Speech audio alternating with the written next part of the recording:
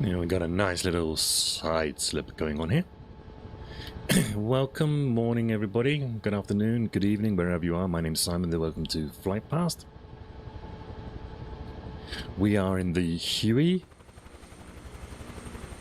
and we're at a place called Frasnes, and the date is the 16th of June 1815, and we are talking today about the retreat from Quatre Bras of Wellington. Now, yesterday, in the last part, we were talking about how Napoleon had come up onto Quatre Bras, found out that basically Ney hadn't been doing his job properly, and that the Allies had been slipping away without him knowing. And so we're going to pick up the story from there. You can see down below here, this is the battlefield of Quatre Bras, and where my white dot is where Wellington's positions were on the evening of the 16th and 17th. Wellington's cavalry had come up in the night, and they took positions in the line, and there was clashes in the evening of the early morning of the 17th. Around about 3 o'clock in the morning, there were pickets, lines clashing, but basically things were remaining pretty quiet over the night. And the army bivouacked here on the battlefield that you can see below us. We're looking south here towards the French positions. Now, Wellington would retire to Genappe, which is this village here, and he'll stay the night of the 16th, 17th here in Genappe.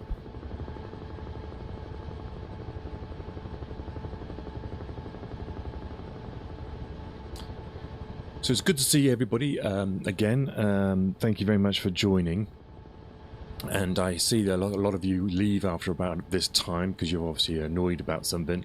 But I would stick with me, because what we tend to do, we're just having a chat, a little discussion really, flying around, getting a little bit of a look at these battlefields and getting a good sense of the distances involved. And if you've not been following, then we have been doing a series of these flights all the way from Elba up to here now, which is just in South Belgium, following Napoleon's 100 days, basically, when he takes leave of Elba and decides to attack the Allies in Belgium. So if you haven't followed that, you can follow that now. Most of those videos are up on YouTube. We're getting to around about episode 60 over there, and so you can see the sort of pace that we're going. And it's basically a chance for you to join in and discuss what the events that are happening, and be part of the stream.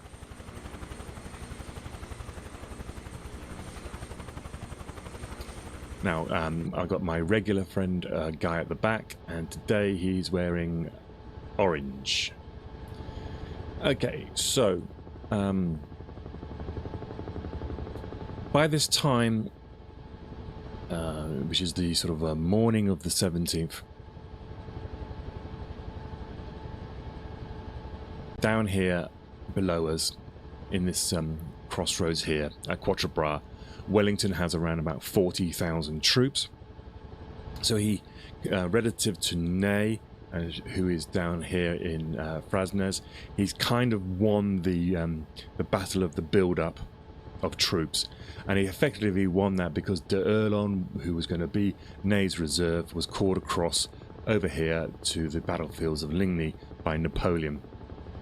And so Wellington managed to strengthen his position on this crossroads here. There's a slight ridge where this sort of dark field is here, coming across here into these woods which were around here. And so Wellington secured a position, and he was looking strong to go possibly onto the offensive on the 17th of June, but it depended what happened over there at the Ligny, battlefield of Ligny site.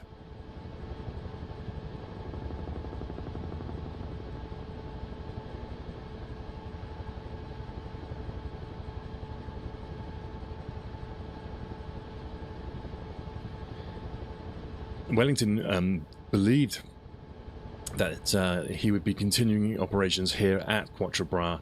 Had even sent some orders out for his army to continue to concentrate there, and they were coming from this village here, where my white dot is now, called Nivelles, and they will start to arrive during the course of the evening and the morning. So he was definitely expecting to continue operations here at Quatre Bras. He had a line of communication with the Prussians at Ligny. His aide-de-camp, whose name was Harding, was in the Blücher's staff, and Muffling was the Prussian one on his staff. And they had been passing messages to and from each other, basically saying what was happening on each battlefield. And the last message that Wellington had received was that the Prussians were probably going to be in a position to hold the battlefield at Ligny. What had happened, though, in the we know, if you've been following, of course, the Prussians get pushed back from Ligny, and the message that was being ridden across, essentially from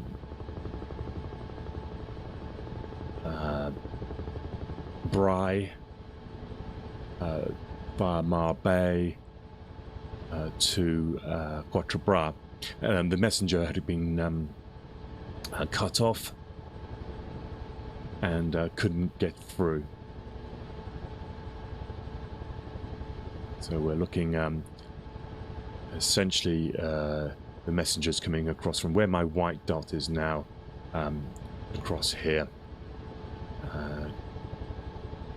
to Quatre Bras.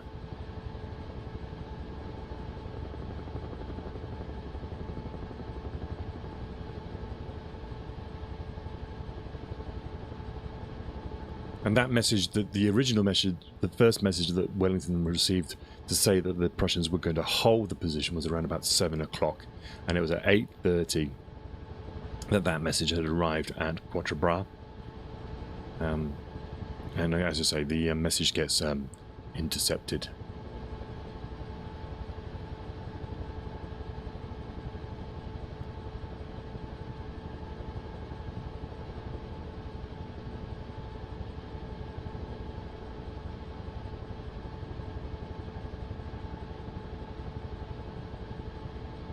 Okay, we're just going across the crossroads right now.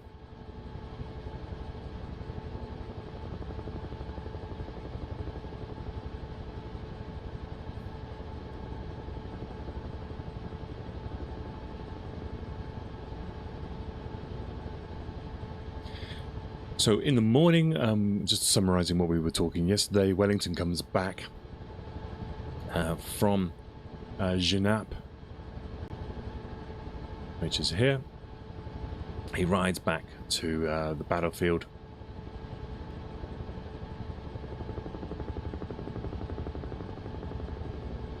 He hasn't heard anything from Blücher that day, and he does send off patrols in the direction of Bry, trying to re-establish contact with the Prussians. And the patrols find it difficult to get across. They're always encountering French patrols themselves and French pickets, but they do manage to eventually get in contact with the Prussians.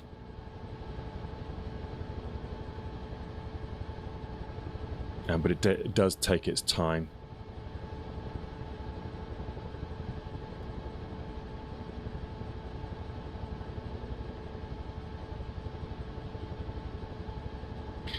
all the time as well through the positions, especially when he was back at Genappe, he was getting Prussian soldiers pulling back. So he obviously heard some rumours that there was some issue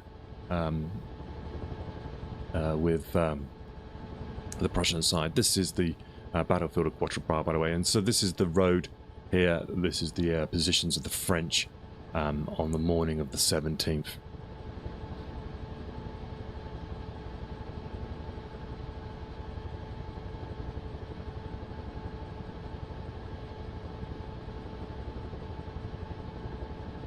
And when he gets here, Wellington, he discovers that it doesn't appear to be that the French are trying to make any effort to hurry up. They look like they were cooking their breakfast. And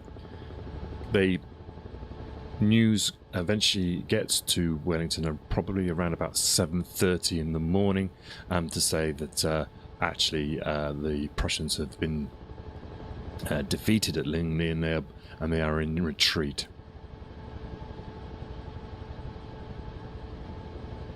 And all through this time as well, because the French are doesn't seem to be in a rush, Wellington allows his men to recuperate, have and cook up breakfast before deciding to move on.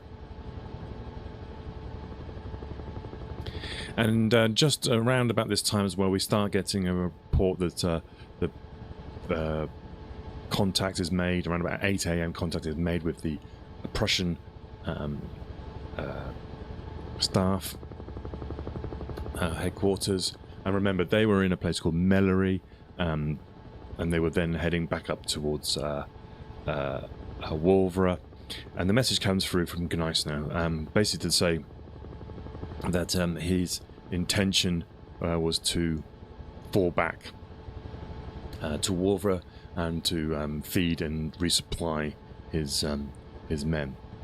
And that he believed that this would take at least a day. And remember, Genappe hadn't actually found his ammunition supply train at the moment, and at this time. So Wellington decides, okay, well,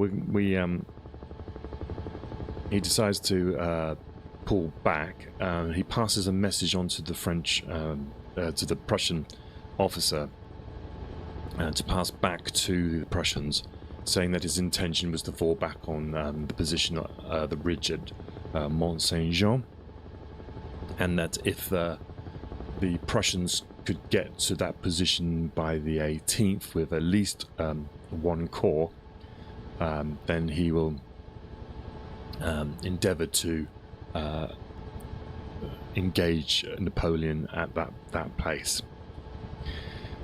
Failing that, then his intentions, and he made it completely clear, he would fall back not just to Brussels, but through Brussels to the port of Antwerp. Basically, he'll be falling back to a position which is a fortified port, which would enable him to be evacuated, the British Army to be evacuated if it needed to be. And this is a tactic that Wellington had used a lot in the peninsula. He fell back on Lisbon all the time. He wasn't ashamed to fall back, recoup, and then come back out again when it was more favourable.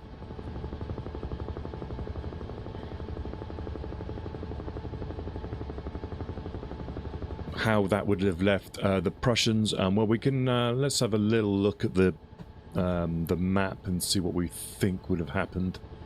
Let's play a little bit of what if. So this is Europe, and we're up here in Belgium. We're currently just to the north of Charleroi, at these crossroads where the number 3 is. So the message has arrived, and to say that the Prussians are falling back to Wavre, which is where that number 5 is. And Wellington says, well, we have to pull back too, and so we're going to fall back on the position number 6 here, which is the ridge of Mont St Jean. there he's basically saying, we'll wait for your message.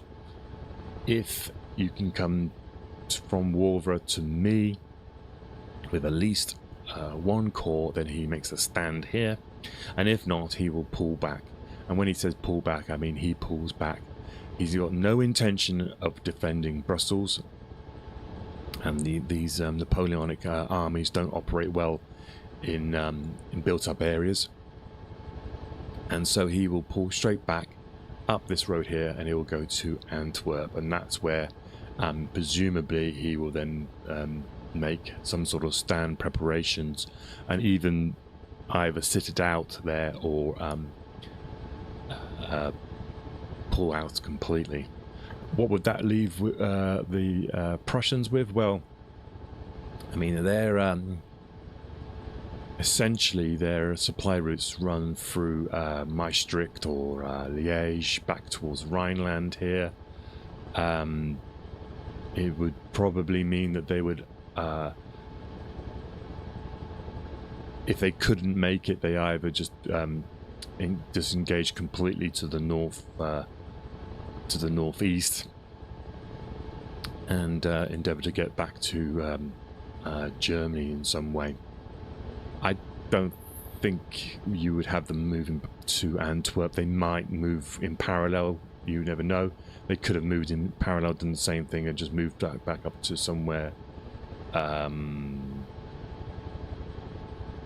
possibly here, Westerlo here, this sort of area, so that they had the option of supporting Wellington still, but being able to pull back if they had. And because remember, the time, these Allies armies are trying to buy time, and because they are expecting the Prussians to arrive over here at the Lower Rhine area sometime by the end of the summer, July time, July-August.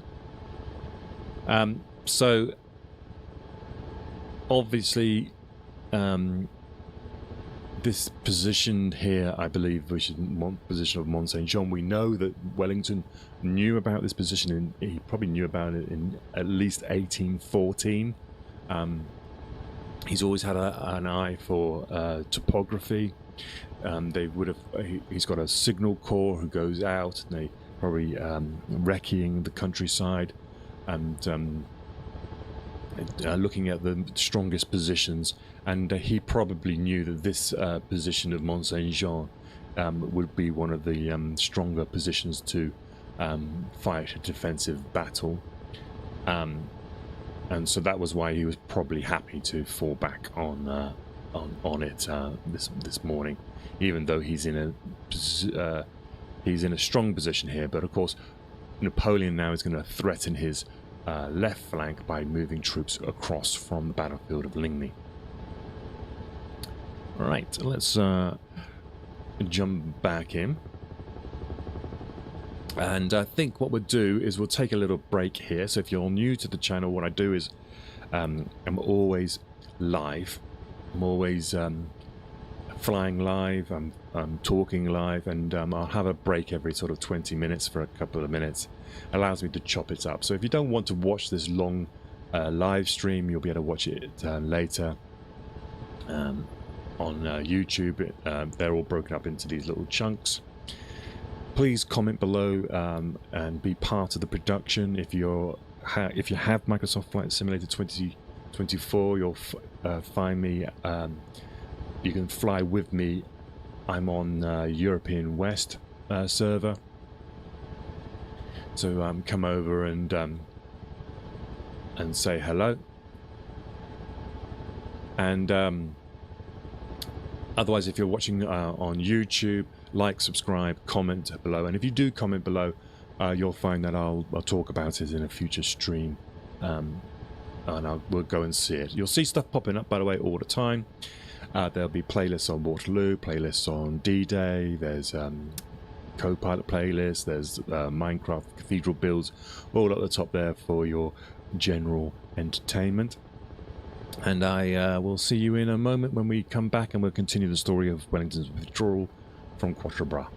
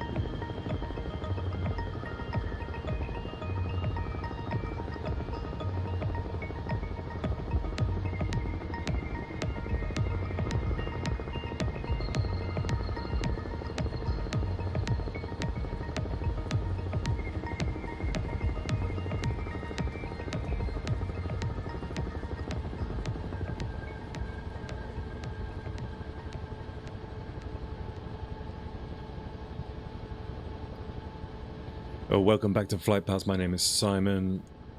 I'm just starting a little timer here to remind me to stop talking after 20 minutes. What I try to do here is do a little 20-minute sections. We're just flying around now in South Belgium. We're just south of Brussels, so you can join me if you want live now on Microsoft Flight Simulator and on a European West server. Otherwise, just you can just join in on chat. You should find I'm live streaming on YouTube and on Twitch, so come along and say hello.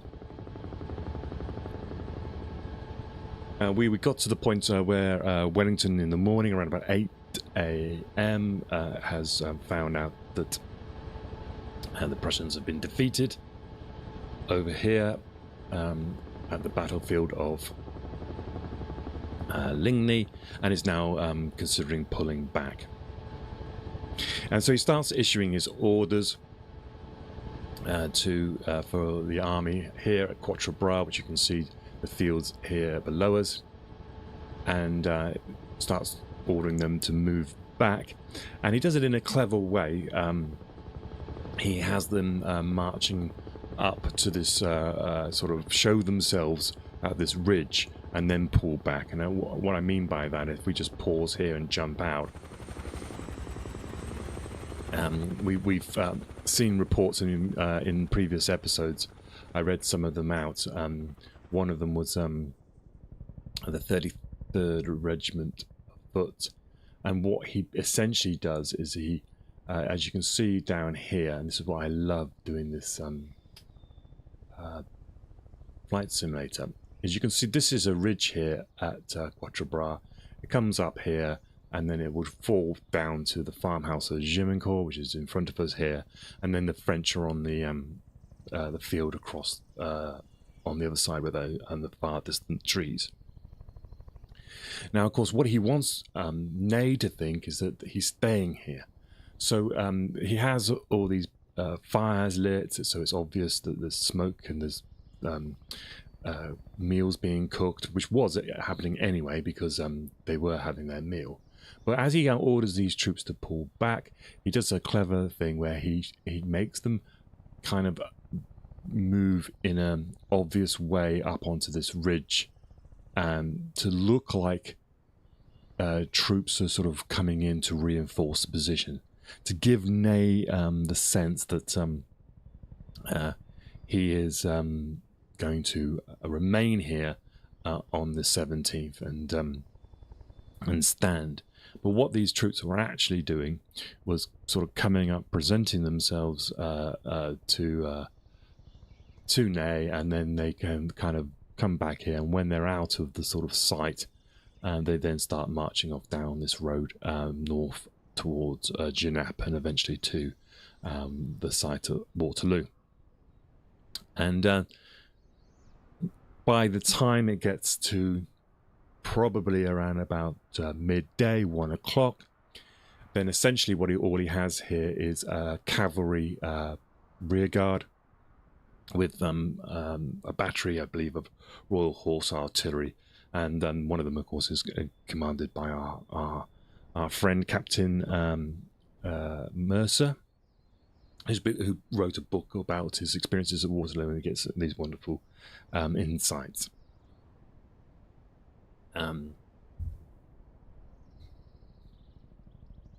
So that movement began probably after they'd eaten, after they cooked their meal for the day, and probably around about 10 o'clock in the morning it began, and these 40,000 troops would pull back over the course of the next 4 hours.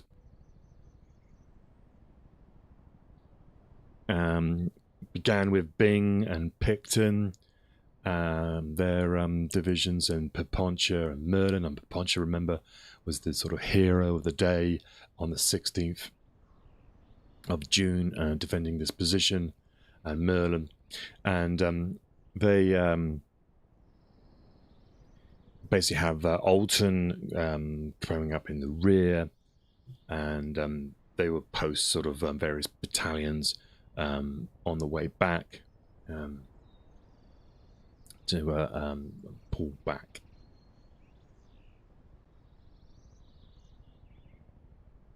And on the way back, we'll see that there's a few places where there will be little bottlenecks, and Wellington has the Brunswickers, the sort of light Jaeger units, kind of positioned to slow up any French vanguard attack.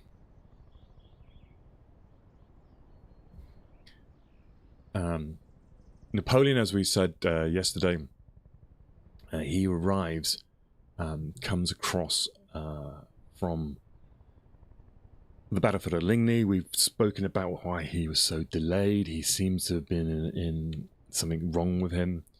He's a bit lethargic. There's rumours about what illness he may or may not have had. And if you go back to the previous couple of episodes, I would talk quite a lot about those possible ailments. But he kind of has these sort of waves of sort of lethargic thing, and then it's energy, manic energy.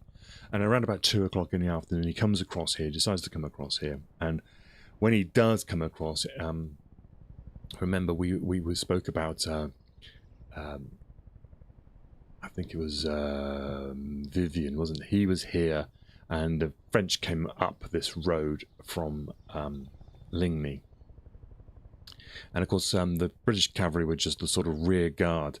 And so Napoleon walks up here and realizes, when he gets here to this position, that this is actually empty apart from some British cavalry pickets and a battery of Royal Horse Artillery. And he's livid with Ney, because Ney is still over here, not doing anything, thinking that the British are up here. And actually what's happened is that they've actually fallen back. So essentially what Ney has kind of done here has lost the 24 hours that Napoleon had gained in his surprise attack. He's kind of lost it here.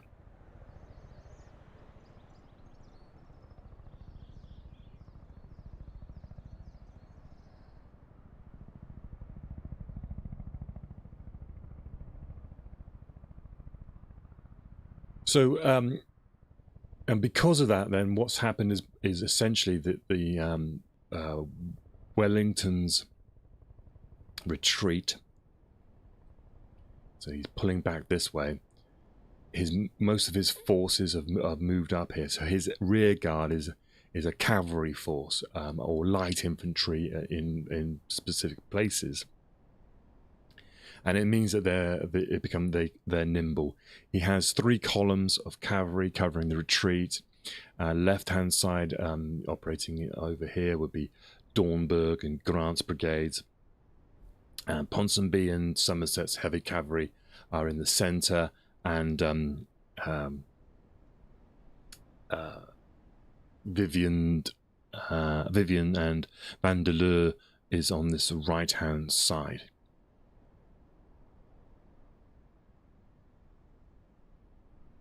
Now, Napoleon tries to delay this retreat by using some artillery, but it fails, and Uxbridge can remove his withdraw his cavalry towards Genappe relatively unscathed.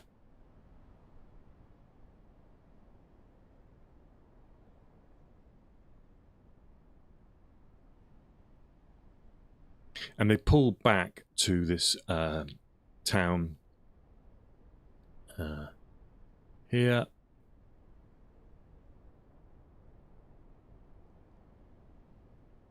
Which is Genappe. Now, ignore the bypass on the left.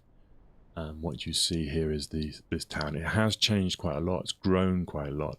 But I think what you can tell is how tight some of these streets are. Presumably there's a bridge in this sort of area here. And so it was essentially a bottleneck here. And it was a bottleneck today, which is the 17th. And it will be a bottleneck on the evening of the 18th when the French are trying to flow through here. We will be coming back to this position many times.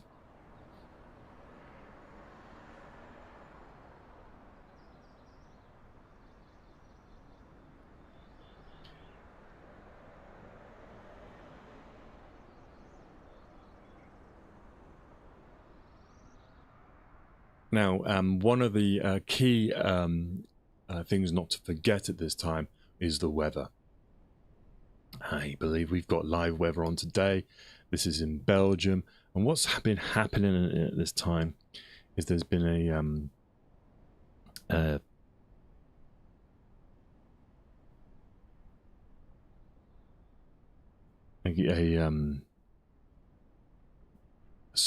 series of very hot days, and ending in a thunderstorm.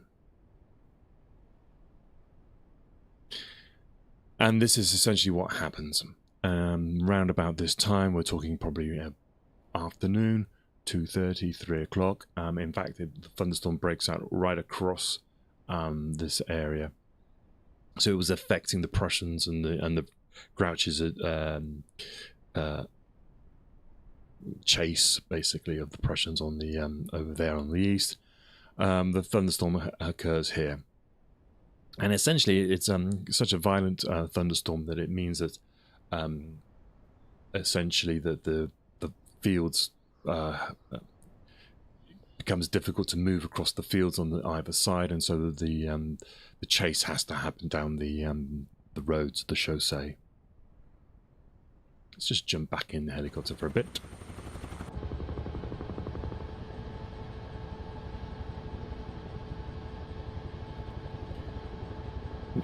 Wellington had also ordered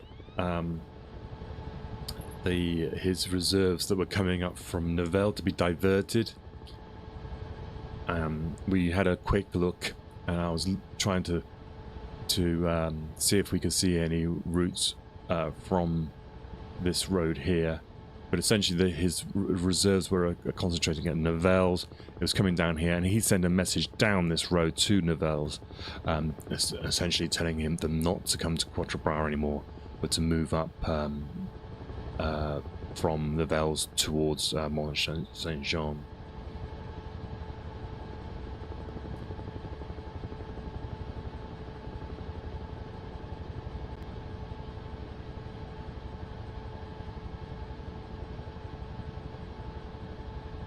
So essentially, the retreat back to Mont St Jean is skillfully done by the British. I'll call them the British or the English. Sorry if it's an Anglo-Dutch army, but I'll try to sort of, simplify it a little bit. They're very skilled at pulling back. You've got the cavalry, you've got the horse artillery, and they're occasionally stopping along this road and turning around and firing at the pursuing French cavalry.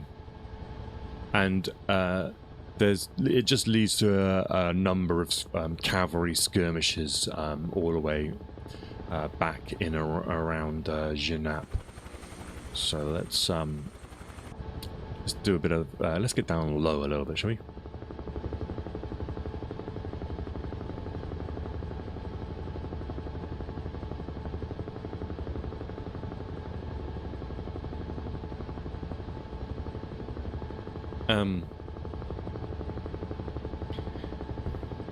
And in the sense of the success of the disengagement, well, the numbers says it all. The casualty figures for this day shows that the British cavalry and artillery engaged on this day suffered around about 93 casualties. So even so that's including killed, missing, and wounded. So in terms of numbers, Wellington couldn't have hoped for more. I like to try to put in these quotes here and there, so we get a sense of what the people were thinking actually on the ground, and also just to show you that sometimes what the people were thinking wasn't actually what was happening. This is a letter from Lieutenant J. Banner. He was writing this in 1837, and he was a member of the 23rd light dragoons. And he says that the rear guard had not marched. The rear guard had not marched half a mile from Quatre Bras when it was overtaken by a storm of thunder and rain, the latter falling in such abundance that it rendered the roads and ground over which the troops retreated scarcely passable. So, half a mile then, well, we're looking literally sort of here. So this point here is just pulling back half a mile back from Quatre Bras. So in this area here is where the thunderstorm comes down, and the 23rd Light Dragoons, part of that rear guard, are caught up in it. Lieutenant O'Grady, he wrote a letter on in 1835, and he said that it was one of the heaviest showers of rain that I can remember fell, which, as it wet everybody and everything, rendered firearms useless, and though the French fired a few pistol shots, I don't think they did any damage. Our engagement was therefore one of sabre and lance. So there you go. And it sounds like, you know, at that time, if it rains that hard and you've got a loaded pistol, you might just fire it anyway, because if you don't fire it, it's just going to you're going to get sodden gunpowder in your pistol, and presumably I don't think wet gunpowder is going to do your pistol any good. Presumably it has almost like a cement effect, but if anybody knows about muskets and pistols, then please let me know.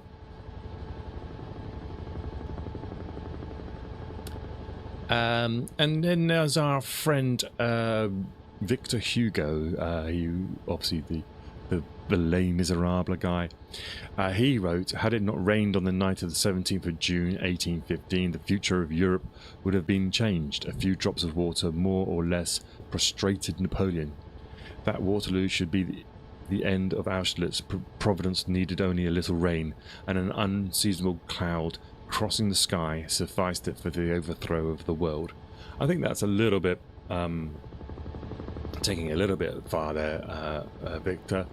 I think Napoleon, yes, he was hindered in his chase back up this road, but he was 4 hours behind the main body of troops going back. So I think that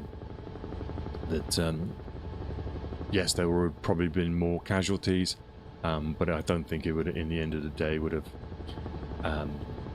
affected the result of getting to Waterloo.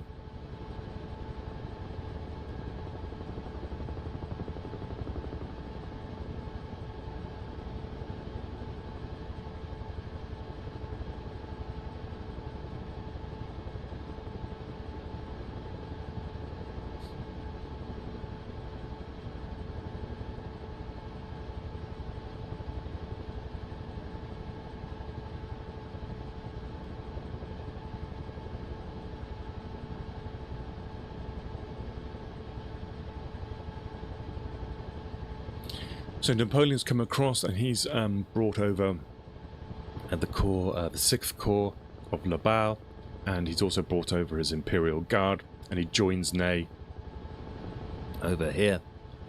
And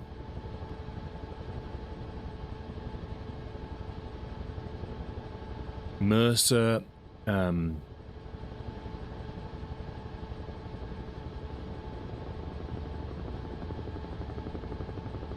our Captain Mercer of the Royal Horse Artillery, he ventures to say that he actually sees Napoleon himself leading the columns that were coming up the road, or essentially coming up probably from this direction over here. So he believes Napoleon was at the front, and this is corroborated as well by General Gourgand, and he states that he that Napoleon had put himself at the head of the chasseurs, essentially showing his frustration at the delay because Ney hasn't moved.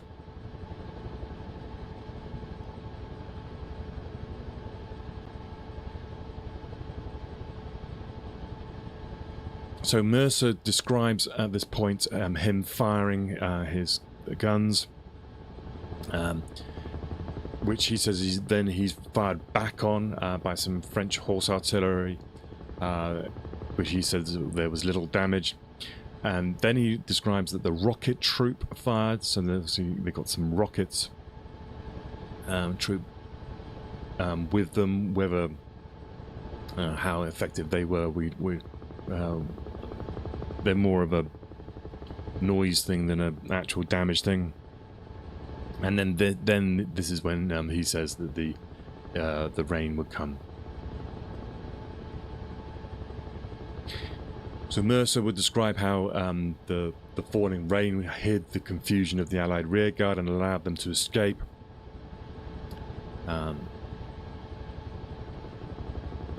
He remembers Lord Uxbridge, essentially the second in command of the Allied army. He was in close attendance with the rearguard, and he describes it as being sounding pretty close. He says that at one point he thought that Lord Uxbridge had cried, "By God, we are all prisoners," before jumping a garden bank to make his escape. But the French failed to take advantage of this crisis point, and Uxbridge is able to rejoin his hussars, rally them, and carry on up this road. Now, Mercer's talking at this time as well about something called a slow match. It's I think it's a piece of rope that's constantly lit, and these are dotted around the battery, and the torrential rain are extinguishing these slow matches.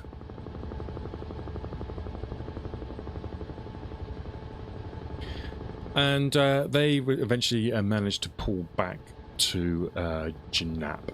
So let's spin around like Kylie Minogue.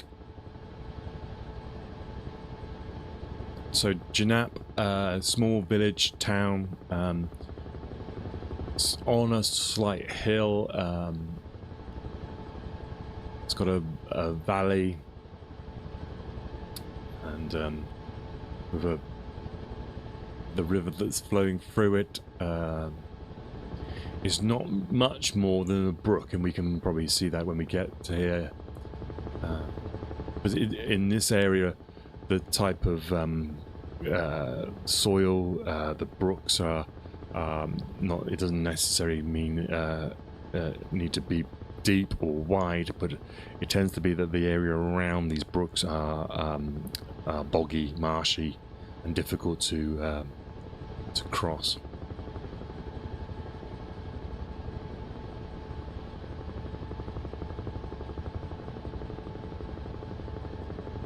When Mercer gets here, he describes that when that all the houses have got their shutters closed, the place feels deserted.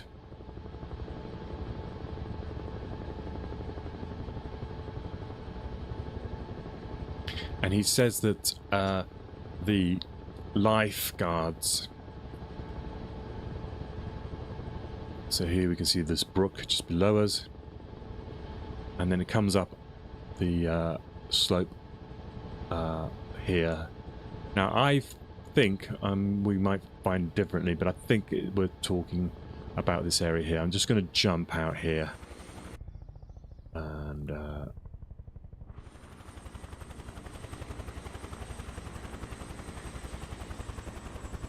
so we have Genappe. We're looking back now south. The French are coming down this road. Ignore the modern road that is the bypass. You can see this is the sort of route here of the old road through the town centre, and then up here towards Quatre Bras. Now, Mercer describes, so let's get this, see if we can get this right. On the high ground above the town, the lifeguards and blues draw up across the chaussee in 2 lines. Now, I think it's back through the town here. And what he's describing is it's somewhere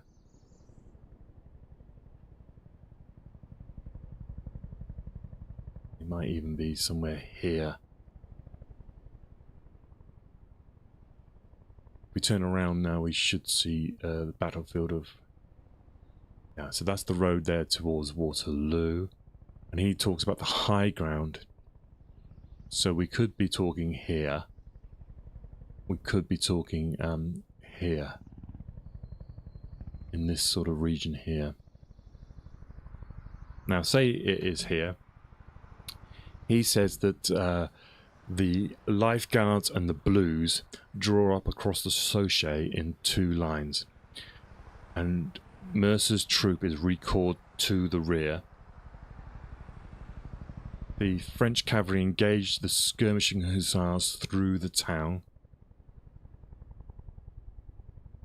And the French horse artillery harassed the retreating dragoons from their position in a field by the bridge.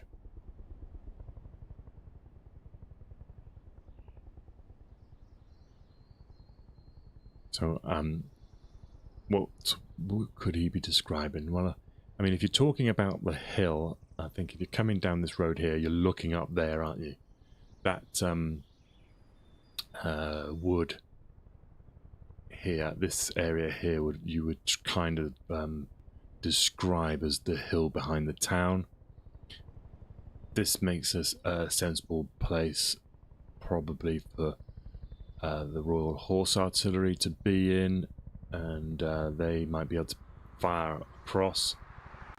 Again, when they talk about a field next to the bridge, I mean, is he talking essentially this field here? This field here might be a sort of place where the French might put their cannon.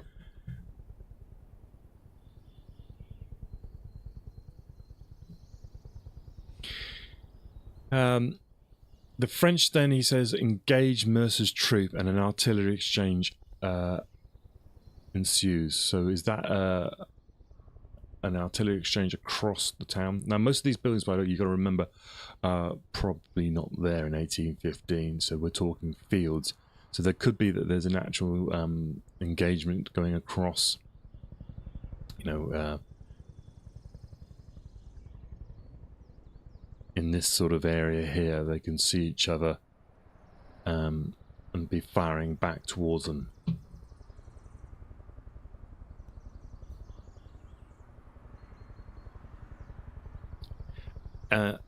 He mentions as well that he has well-directed shell fire. So the Mercer's troop of the Royal Horse Artillery are using shells, and he persuades the French battery to quit their position after only a few shots. Now remember, if you have been watching, the ammunition wagons are pulled back, and Mercer's only carrying in his Royal Horse battery, in these casements, about 50 rounds per gun. And it's at this point that he says that the ammunition has run out. So in the course of the retirement from Quatre Bras to this position here, and the defense, or the rearguard action here at Genappe, he's managed to expend 50 rounds of ammunition, and that basically means that he's can't do anymore, and so he can just send the guns back up the road.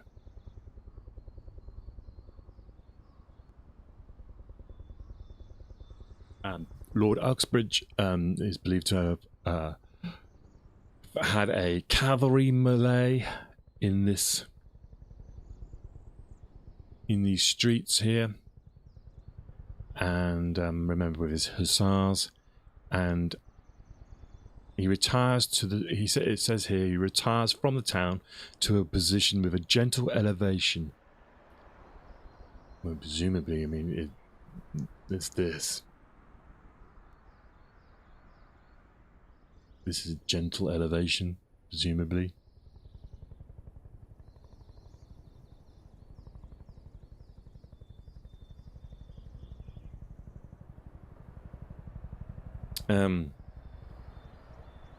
The French are reinforced by several squadrons, and a horse artillery battery draws up. And Mercer says that he's eager to hide the lack of ammunition that his battery's got. And so he proposes to his major, which is Major MacDonald, that the rocket troop fire their salvos. And he goes on to describe that. He says that the Rocketeers place a little iron triangle. So let's assume we're talking, they're in this area here. They place a little iron triangle in the road and place a rocket lying on it, and when lit, the fidgety missile begins to splutter out sparks and wriggle its tail for a second, and then darts straight up the chaussee. So he's like a kid on a fireworks night, shooting rockets down roads. The first rocket lands between the wheels of a gun, felling its handlers and making those around them run so that a whole battery stands mute and unmanned.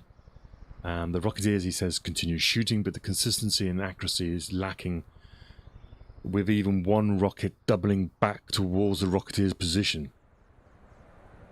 And Mercer claims that this one rocket put him in more danger than any enemy fire had done that day. So that's quite amusing.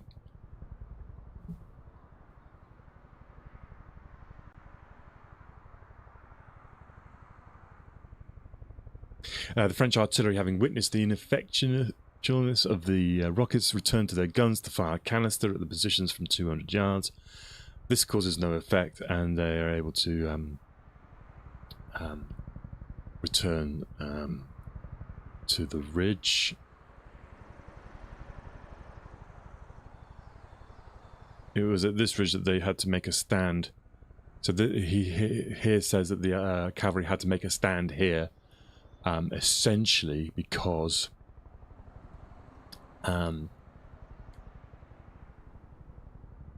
the retiring infantry had got to this point, and they couldn't retire faster than the infantry already going.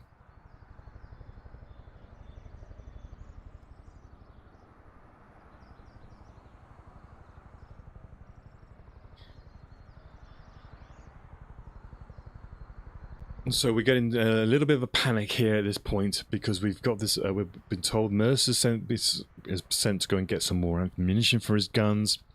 The artillery is clogging up the roads. The cavalry is going to have pulling into the fields. The Brunswickers, who are the rear guard sort of infantry, they're in a bit of a panic because they hear that the cavalry are coming up. And so they would, if the column was too slow, they would break into the fields. And essentially, this is a bit of a crisis point. I just noticed, by the way, this line here. If anyone else has noticed, you might also notice something different between the buildings on the right-hand side of that line and the buildings on the left-hand side of the line.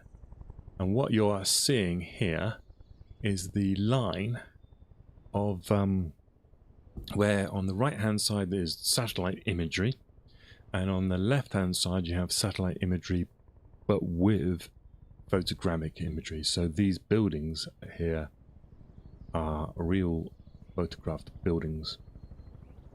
Yes, they're all a bit wobbly and all that, but they're not placed here. You can see that they're actual sort of representations of the real buildings, whereas over this side of this line, see that line there? It sort of comes up here. On this side, you've got generic buildings placed over the top of the imagery, and over here they've actually put in the correct building. So it looks like from this point here, just to the north of Genappe, we've got real buildings. Yeah, there you go. You can see a Renault garage here. Yeah, so from here northwards, then we're getting a little bit more real buildings. Okay, so let's take a break here, and when we come back, we'll continue the story of the retreat.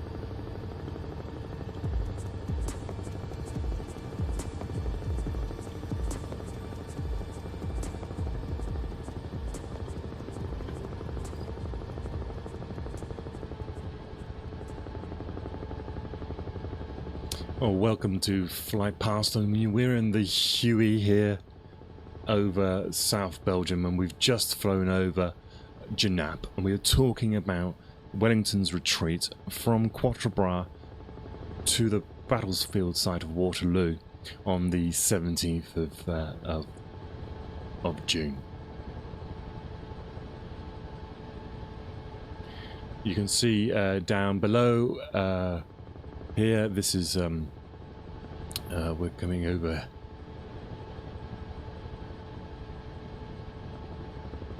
the town of Genappe, and we've been talking about the rearguard action, one that Lord Uxbridge was conducting with the British cavalry and Major MacDonald and his Royal Horse Artillery. And we know a lot about this because Captain Mercer wrote a book about his experiences at Waterloo. And so we have the French coming through Genappe here, which is a bit of a bottleneck. There's a brook stream goes through here, narrow streets, and the British managed to, and the rearguard managed to hold up the French at this point. And remember, the skies have opened, it's raining, and we've got live weather on in the simulator, and we might get a storm later, which will be quite cool. Now, and we also noticed as well in the last stream that we're currently flying over satellite imagery here, and just to the north of Genappe is where the Microsoft Flight Simulator's photogrammic imagery begins. And on that note, if you want to fly with me, I'm on the European East server. Oh, sorry, European West server. You'll find me flying around Genappe at the moment.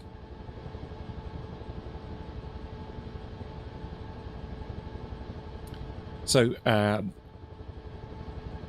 there's been a little bit of a panic, and there's been a forced kind of rearguard action here at Genappe because essentially the cavalry have pulled back from Quatre Bras, and they've now bumped up against the retreating columns of infantry. The rear guard of the infantry is the Brunswickers, and they're getting a little bit nervous because the infantry aren't moving quick enough, and they're the ones who are going to be taking the French sabre, as it were, up the bottom. You can see just here below us now the line of photogrammic imagery, and we're now into the good stuff, as they call it. We're heading, as you can see just up there where those light patches are, that's where Waterloo is itself. Now Uxbridge is in charge of the sort of this rearguard action, and he writes a couple of letters concerning this. He says that the retreat continued at a slow pace and with the most perfect regularity. We effected the retreat with trifling loss, and thus ended the prettiest field day of cavalry and horse artillery that I ever witnessed. So that's Lord Uxbridge's comments on this rearguard action.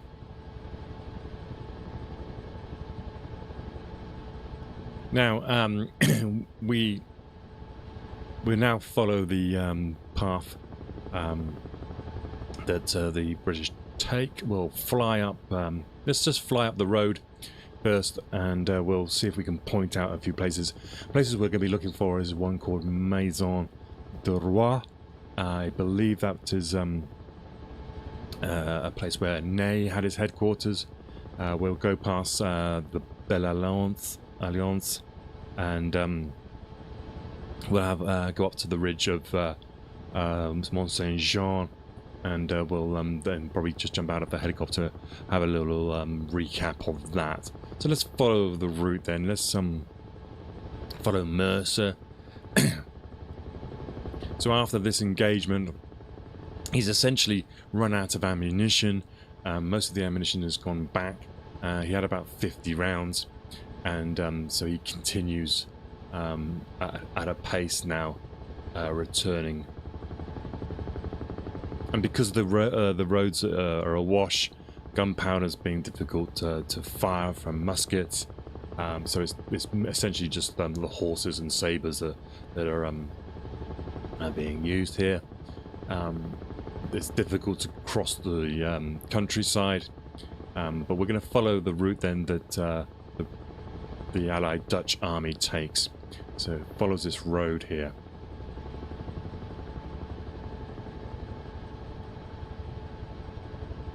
And we're going to try and find the first place, which is called Maison de Roi. Now I'm going to just pause there because I have no idea where that is, so let's see if we can see it on the map.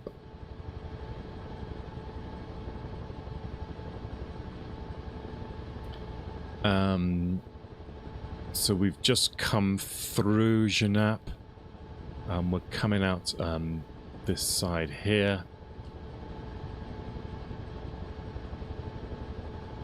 And we are looking for anything that says Maison de Roi.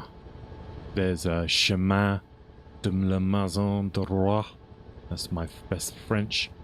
So we can assume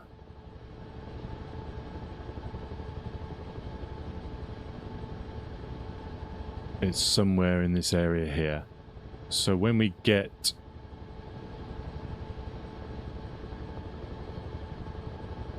just before Place Noire, the road should take a little right, and we should have a little look on the left there, and there should be the Maison Droit. Let's get rid of that map and carry on.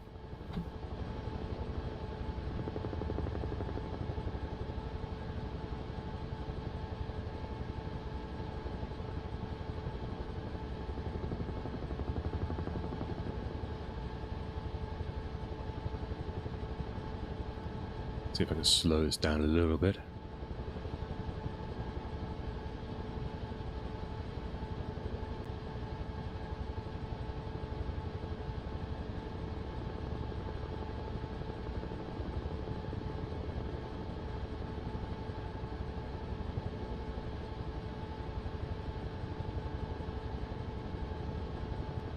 So I think this is where the road bends to the right, and I think then we're looking for a place somewhere here.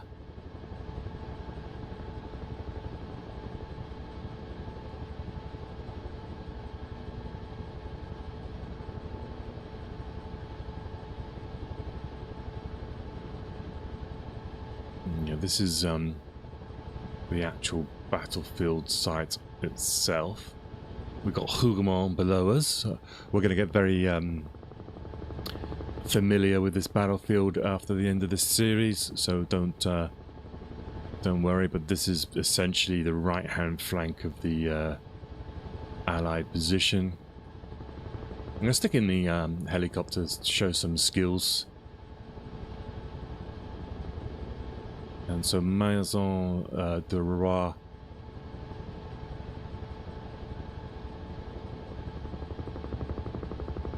I believe it's somewhere over here.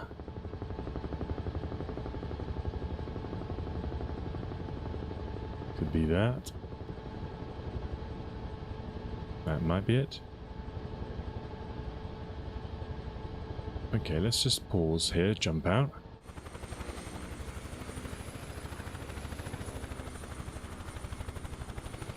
It's a big old place.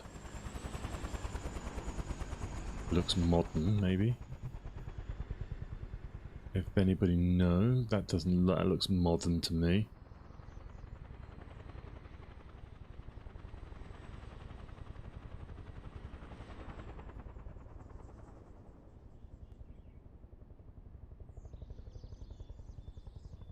Could be there.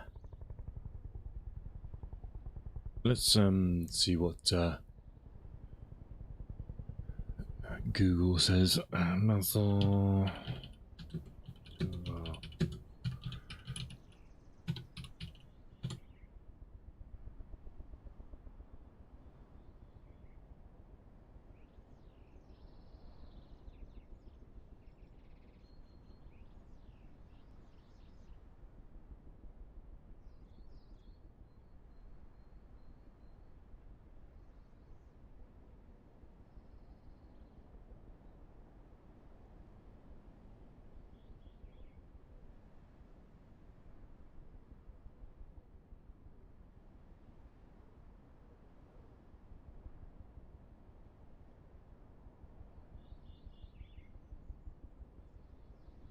Say they go past it on the in the diary. So if you're going past it, it sounds like it's actually on the road.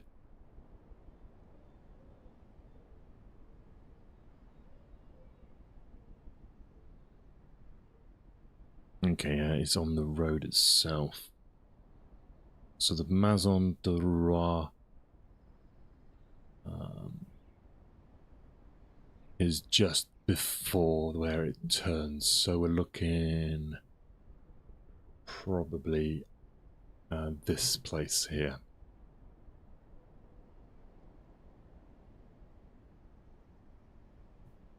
Now I'm not sure which buildings are contemporary. But one of these buildings is, or the whole of it is called Maison Droit. What does that say? Not easy to spot what that says. But essentially, I think one of these places is Maison Droit, which becomes Ney's place where he stays the night before.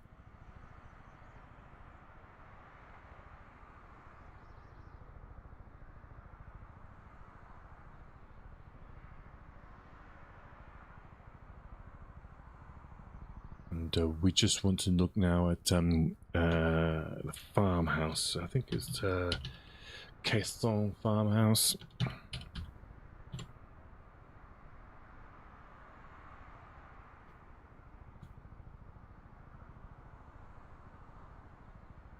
Just forgive me while I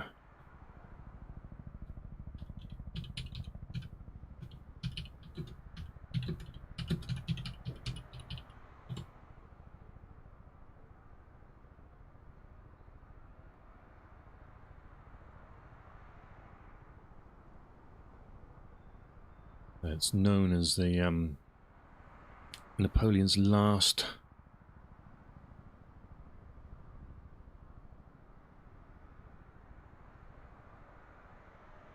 headquarters, which I think is a little bit further down the road here. Essentially might be this place here.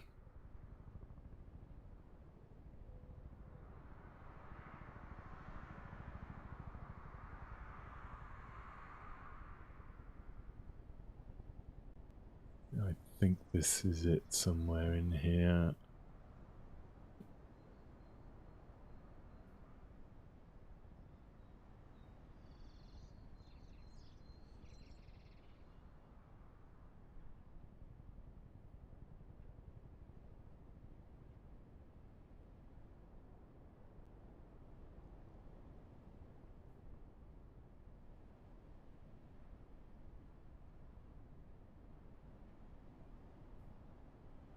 So I believe this is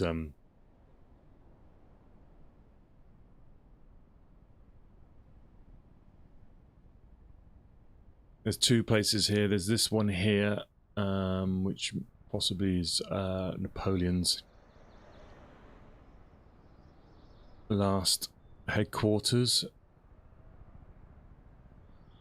And then you have Ney, I believe, was staying somewhere up here at the Maison Droit.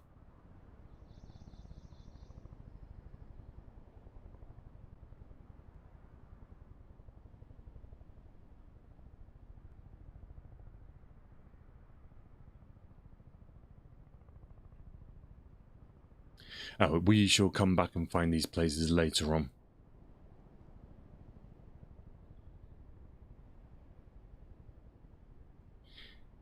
And let's jump back in the helicopter.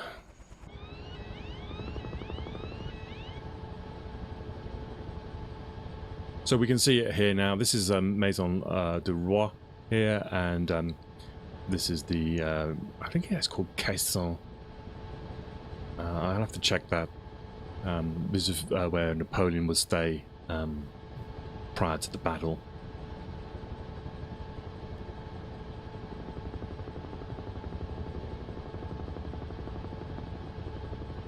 So let's fly along the road now. Mercer's in the rear guard, and he describes passing the Belle Alliance, and Belle Alliance is like a sort of an inn on the south side of the battlefield. And he moves up across to a position. He calls it a great position on the opposite hill, and he took towards the top of a old gravel pit.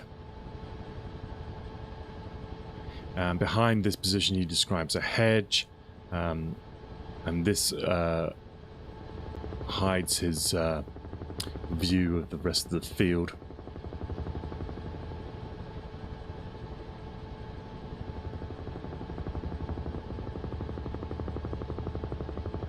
So he's coming along this road here.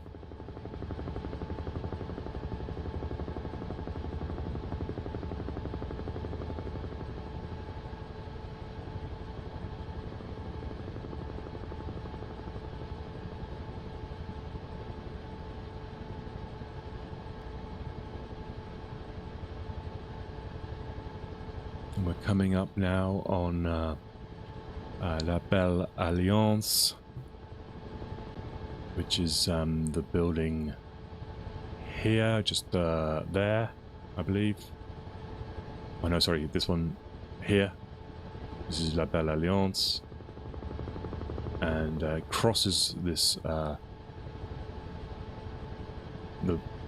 which is essentially the battlefield of Waterloo, and he'll come up this ridge here, and he describes an old gravel pit, which is just where these trees are here.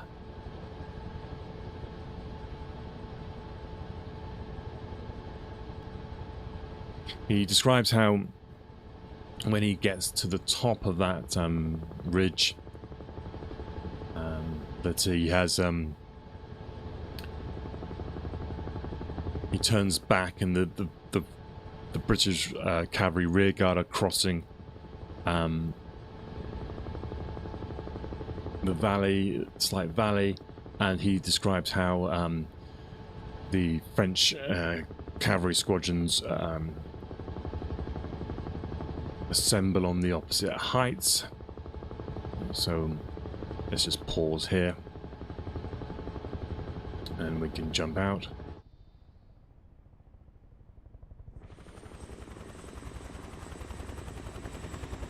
So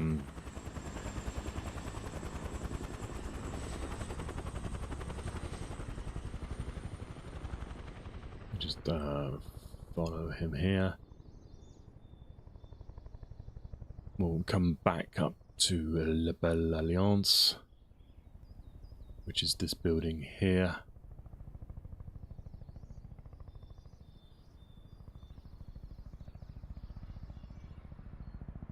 Does it have writing on it? Nope. It comes across this valley here. Now, the things you've got to remember with Waterloo is it's all relative. We talk valleys, we talk ridges. You would have to have a very good mind for topography. You'd have to almost have fought a lot in the peninsula to see the advantages of this battlefield. It's has changed because of that monument there. It's if you can imagine that amount of earth put back along the ridge, you'll probably get a better sense of that ridge. But this is the journey that Mercier talks. He says he comes down here and he crosses this valley, and he says it's a great position. So he'll be moving up here. This is La Haissante, and what you get here is on the right hand side is probably where this monument is here. Is a quarry, a sand pit. He'll come up onto this ridge here. Now this is the road on the top of the ridge, and he says that there was a hedge up here. When he looks back this way, he describes that the French cavalry would line up on the opposite heights. So we're talking back down that road there, over by La Belle Alliance.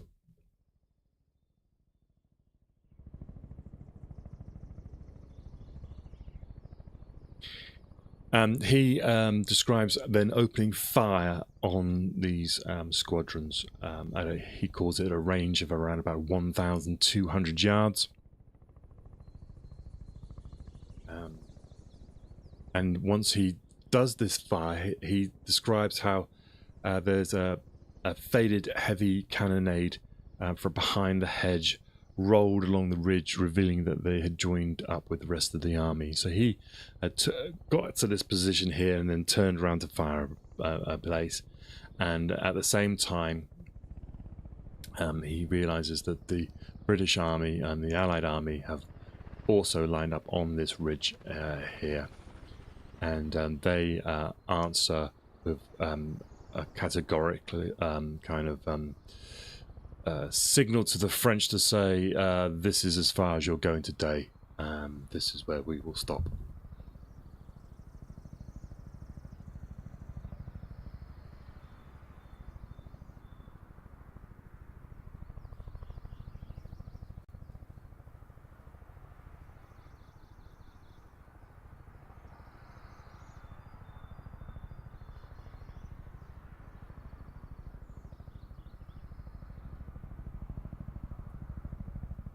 Okay. So you can see this is the position where they get to. You can see the importance then that essentially losing the 3 hours in the morning made to the French in their pursuit. You also have the weather that's helped Wellington get back to this position. It also means that at this time in the early evening, it feels darker because of the heavy overcast sky, and when the Allied troops arrive here, they're soaking wet and tired. So let's just show you the whole route that they've taken today. So we're going back. This is La Belle Alliance, and we're going now. We got Place Noire. We will talk about this place as well. We get to the headquarters of Ney, which is this place here, Maison de Roi. We have the farmhouse. I believe it's called the Caisson, but check me on that. This is here. This will be Napoleon's final headquarters. And we're coming then back down the road here. This is where the British Army has retreated during the day.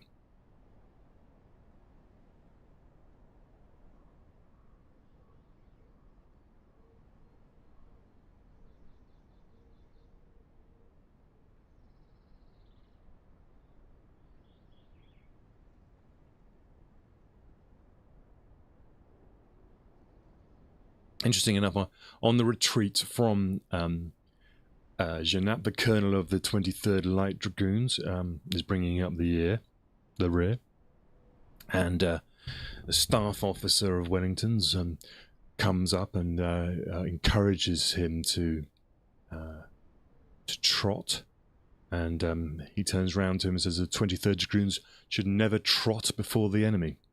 And that was mentioned in a letter by Lieutenant Banner of the 23rd Light Dragoons. And we carry on. So this is we're back into Genappe, and then eventually we come out.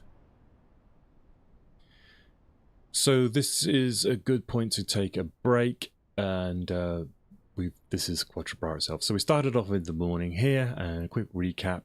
Ney thinks that Wellington is still here. Wellington has got 40,000 troops. There's some more coming this way. At around about 8 o'clock in the morning, rumours are coming that the Prussians in this direction have been defeated. So Wellington then starts to send out messages to the troops coming this way to pull back to the ridge at Mont St Jean, and he also sends his troops back this way, gives them a head start, leaves the cavalry and some Royal Horse Artillery here as a rear guard, with Brunswickers being the sort of final last infantry.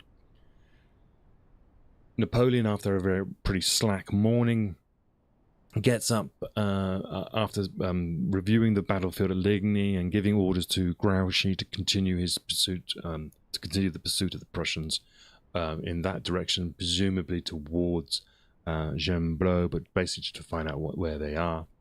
He then brings his the corps of Lobau and the Imperial Guard over here.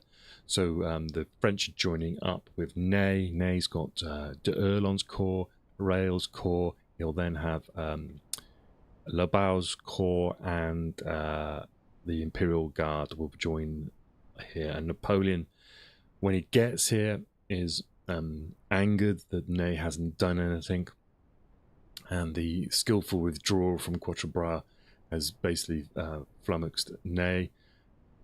Napoleon, coming up this road here, realizes that it's a rear guard and starts the pursuit, and the British then start to pull back, probably around about half a mile from Quatre Bras, so we're talking possibly in this area here. The heavens open, a thunderstorm comes down, making it difficult to fire weapons, and so it's mainly pursuit, and any skirmishes are now cavalry using the sabre. They follow down this road here, and they come back, and we get to a place called Genappe. Now, Genappe's a small town. Quite a lot of this isn't here in that time. This area here probably was narrow streets,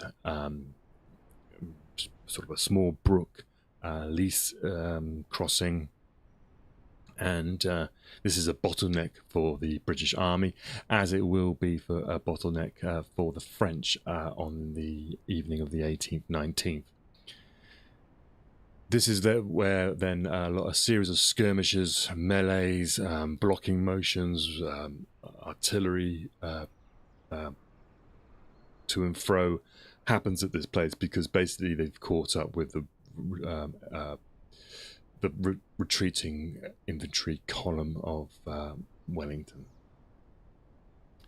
Mercer's artillery runs out of ammunition. There's rockets fired here, possibly the first example of a casualty using rockets, and eventually they pull back from this position here and carry on back up this road, and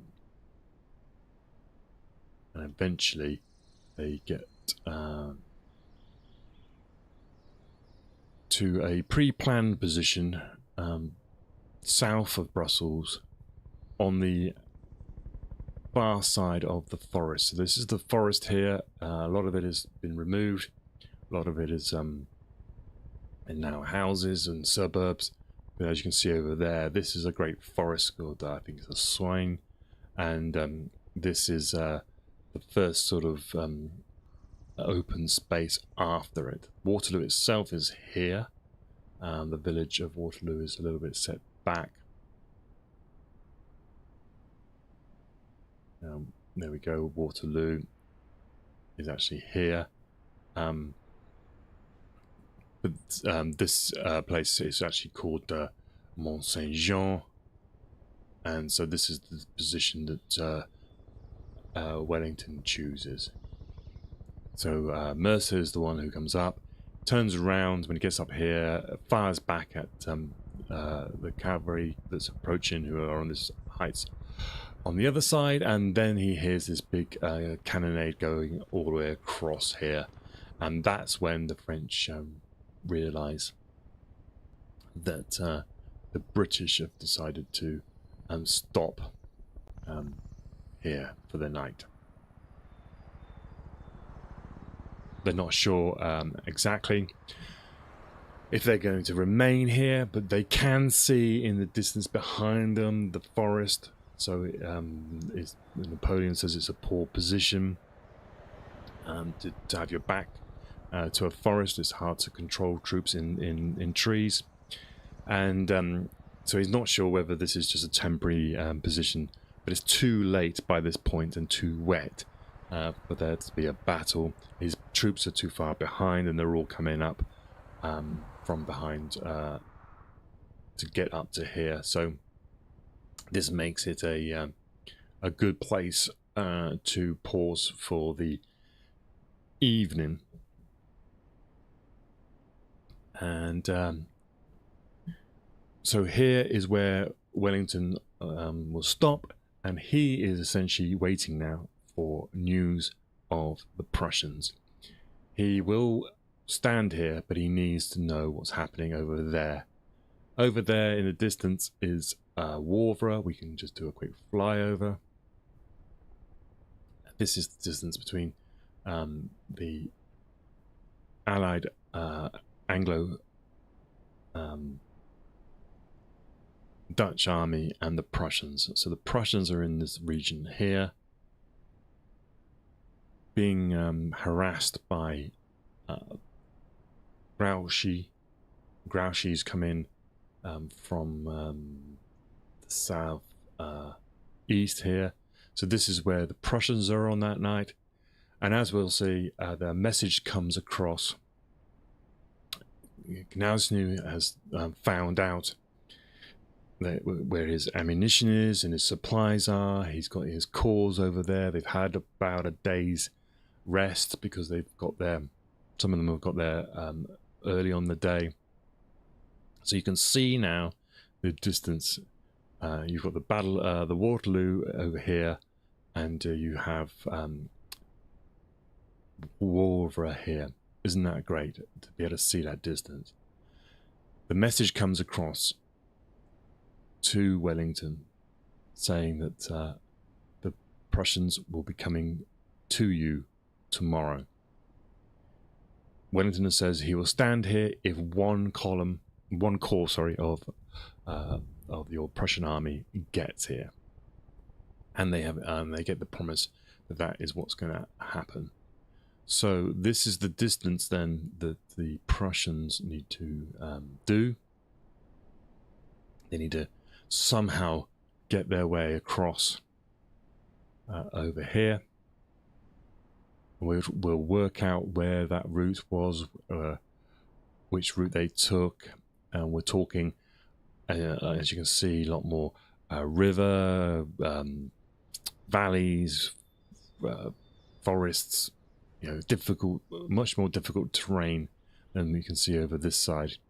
And we'll work out the route that they took to come out and essentially arrive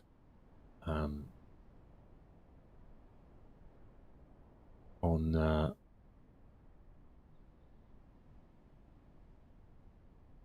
this battlefield.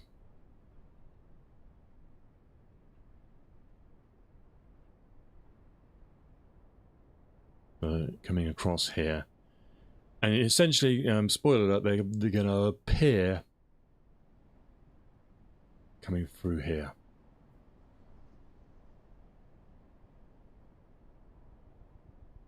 And we'll be attacking this side. So that isn't that cool? Isn't that a cool way? And I hope that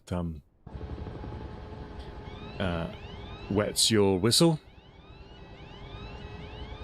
On that note then, so we've finished then Wellington's retreat, and so we're talking probably in the late afternoon, early evening of the 17th. So in the next series of episodes, we'll look into the positions that the British infantry and the the Dutch and the Belgians and the Brunswickers and the Nassers, all their different positions and where they are on the battlefield. And not sure which one we're going to do first, whether we will look at the way that the Prussians come across. I think we might do that. We'll start off being a bit more Prussian-centric rather than Anglo-centric, and that might get us a better look into it. But I'll have a think, see which we do. It doesn't really matter, really. Okay, so I think I've been waffling enough now for a while. If you've enjoyed this, please give it a like, give it a subscribe, and in the next series, we're actually getting to the 18th of June itself, and we'll look at the battlefield. Such a wonderful field in terms of subtlety. It's just such a shame that this monstrosity was built on it. Even Wellington said that it had ruined his battlefield. And you can actually see if let's just pause here. Sometimes with the weather, with these satellite images, you get But you can see, look at this. I think you can see where that... You can possibly see where they've probably got this, all this here, all that is historical battlefield piled up. I mean, it's hideous, isn't it?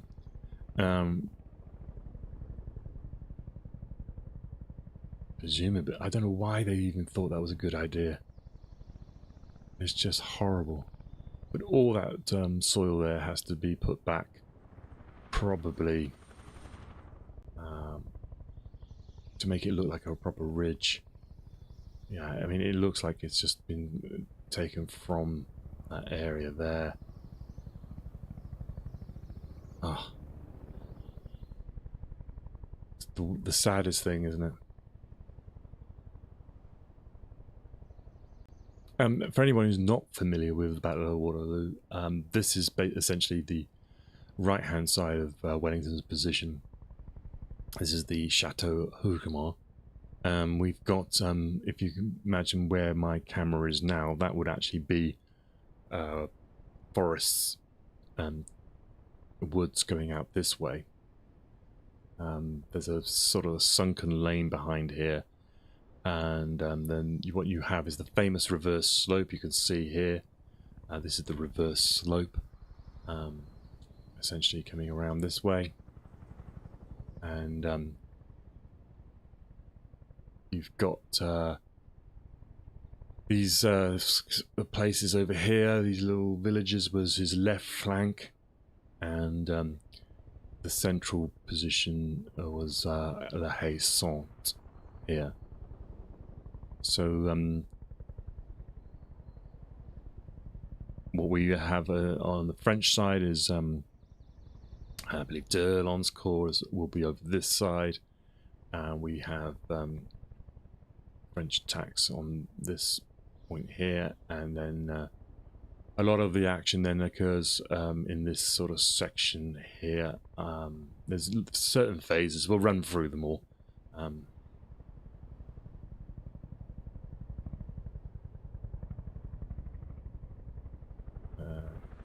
And check it out. Cool. Right, so on that note then, I'll leave it for today. I will be back on Tuesday for another session, and we'll carry on this this chat.